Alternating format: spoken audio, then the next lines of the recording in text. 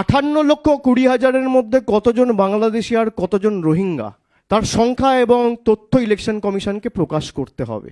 সব থেকে কম ভোটার বাংলায় বাদ গেছে।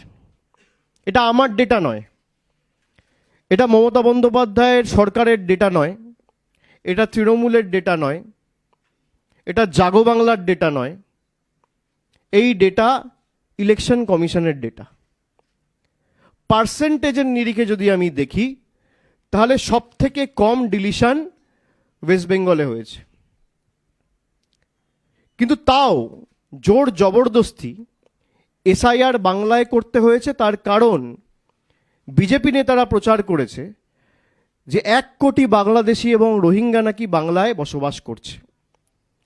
আমার প্রথম প্রশ্ন নির্বাচন কমিশনের কাছে, তারা যদি এই লক্ষ্যে এসআইআর করে থাকে যে অবৈধ অনুপ্রবেশকারীদের চিহ্নিত করা এবং প্রকৃতভাবে ভোটার তালিকায় সংশোধন করে এসআইআর, যেটাকে বলা হচ্ছে স্পেশাল ইন্টেন্সিভ ডিভিশন করে ভোটার লিস্ট ক্লিন করা, তাহলে 58,20,000-এর মধ্যে কতজন বাংলাদেশি আর কতজন রোহিঙ্গা